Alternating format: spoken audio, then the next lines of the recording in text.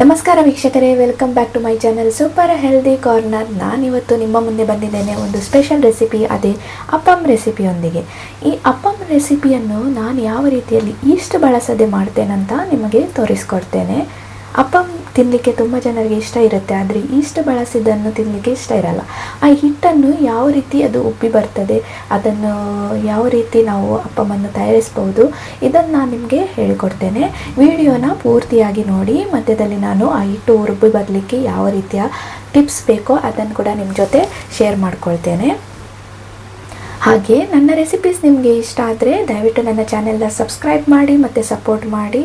ಹಾಗೆ ನನ್ನ ರೆಸಿಪೀಸ್ನ ವೀಡಿಯೋಸ್ಗಳನ್ನು ಲೈಕ್ ಮಾಡಿ, ಹಾಗೆ ಶೇರ್ ಮಾಡಿಕೊಳ್ಳಿ. ಇವಾಗ ಅಪ್ಪಮನ್ನು ಯಾವ ರೀತಿ ನಾವು ಮಾಡೋದಂತ ನೋಡುವ. ಇಲ್ಲಿ ನಾನು 1.5 ಗ್ಲಾಸ್ನಷ್ಟು ಇಡ್ಲಿ ರೈಸನ್ನು ತಗೊಂಡಿದ್ದೇನೆ. ಇದನ್ನು 4 ರಿಂದ 5 ಗಂಟೆಗಳ ಕಾಲ ಚೆನ್ನಾಗಿ ನೀರಿನಲ್ಲಿ ನೆನೆಸಿಟ್ಟಿದ್ದೆ. ಇದನ್ನು ನಾನು ಮಿಕ್ಸಿ ಜಾರಿಗೆ ಹಾಕ್ಕೊಳ್ತೇನೆ. ಹಾಗೆ ಇದರ ಜೊತೆ ನಾನು ಅರ್ಧ ಗ್ಲಾಸಿನಷ್ಟು, ಸೇಮ್ ಗ್ಲಾಸಲ್ಲಿ ಅರ್ಧ ಗ್ಲಾಸಿನಷ್ಟು ಅವಲಕ್ಕಿಯನ್ನು ತೆಗೆದುಕೊಂಡು ಅದನ್ನು ಅರ್ಧ ಗಂಟೆಗಳ ಕಾಲ ನೀರಿನಲ್ಲಿ ನೆನೆಸಿಟ್ಟಿದ್ದೆ. ಈ ಅವಲಕ್ಕಿಯನ್ನು ಕೂಡ ಇದಕ್ಕೆ ಸೇರಿಸ್ಕೊಳ್ತಾ ಇದ್ದೇನೆ. ಸೇಮ್ ಗ್ಲಾಸಲ್ಲಿ 1/4 ಗ್ಲಾಸ್ನಷ್ಟು ನಾನು ಅನ್ನವನ್ನು ತಗೊಂಡಿದ್ದೇನೆ. ಈ ಅನ್ನವನ್ನು ಇದಕ್ಕೆ ಸೇರಿಸ್ಕೊಂಡು ಇದನ್ನು ರುಬ್ಕೊಳ್ತೇನೆ. ಹಾಗೆ ಇದರ ಜೊತೆ ಅರ್ಧದಷ್ಟು ತೆಂಗಿನಕಾಯಿಯನ್ನು ನಾನು ಸೇರಿಸ್ಕೊಂಡು ರುಬ್ಕೊಳ್ಬೇಕು. ಅದು ಮಿಕ್ಸಿ ಫುಲ್ ಇದೆ, ಅದಕ್ಕೋಸ್ಕರ ನಾನು ಮತ್ತೆ ಇದನ್ನು ರುಬ್ಕೊಂಡೆ. ಹಾಗೆ ರುಬ್ಬಿದ ಅರ್ಧ ತೆಂಗಿನಕಾಯಿಯನ್ನು ಇದಕ್ಕೆ ಹಾಕ್ತಾ ಇದ್ದೇನೆ. ಇದನ್ನು ಚೆನ್ನಾಗಿ ನಾವು ಮಿಕ್ಸ್ ಮಾಡಿಕೊಳ್ಬೇಕು.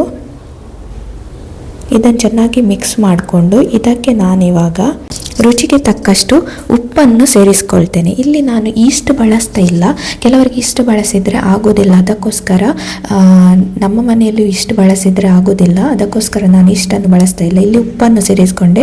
ರುಚಿಗೆ ತಕ್ಕಷ್ಟು ನೀವು ಉಪ್ಪನ್ನು ಸೇರಿಸ್ಕೊಳ್ಬೇಕು.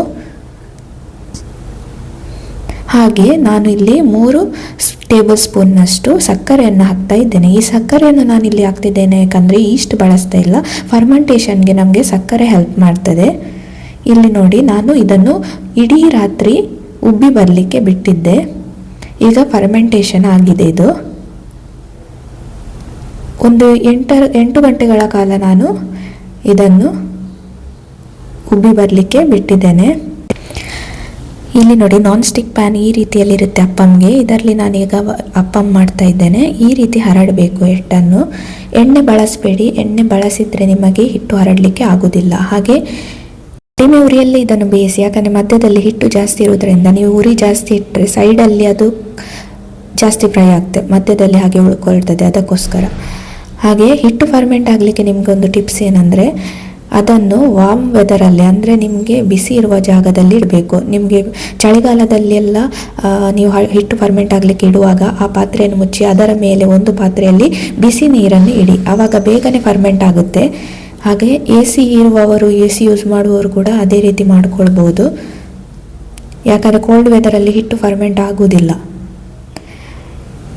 ಇಲ್ಲಿ ನೋಡ್ಕೊಳ್ಳಿ ಎಷ್ಟು ಚೆನ್ನಾಗಿ ಇದು ಬಂದಿದೆ, ಈ ಸಾಫ್ಟಾಗಿ ಅಪ್ಪಮ್ ಬಂದಿದೆ. ಇದನ್ನು ತಿನ್ನಲಿಕ್ಕೆ ಚೆನ್ನಾಗಿರುತ್ತೆ, ಸುಕ್ಕ ಜೊತೆ, ಹಾಗೆ ವೆಜ್ ತಿನ್ನೋರಿಗೆ ಕುರ್ಮಾ ಜೊತೆ ಎಲ್ಲ ತಿನ್ಕೊಳ್ಬಹುದು. ನೀವು ಈ ರೆಸಿಪೀಸ್ನ ಟ್ರೈ ಮಾಡಿ. ಈ ರೆಸಿಪಿ ಯಾವ ರೀತಿ ಆಗಿದೆ ಅಂತ ಕಮೆಂಟ್ ಬಾಕ್ಸಲ್ಲಿ ತಿಳಿಸಿ. Thank you.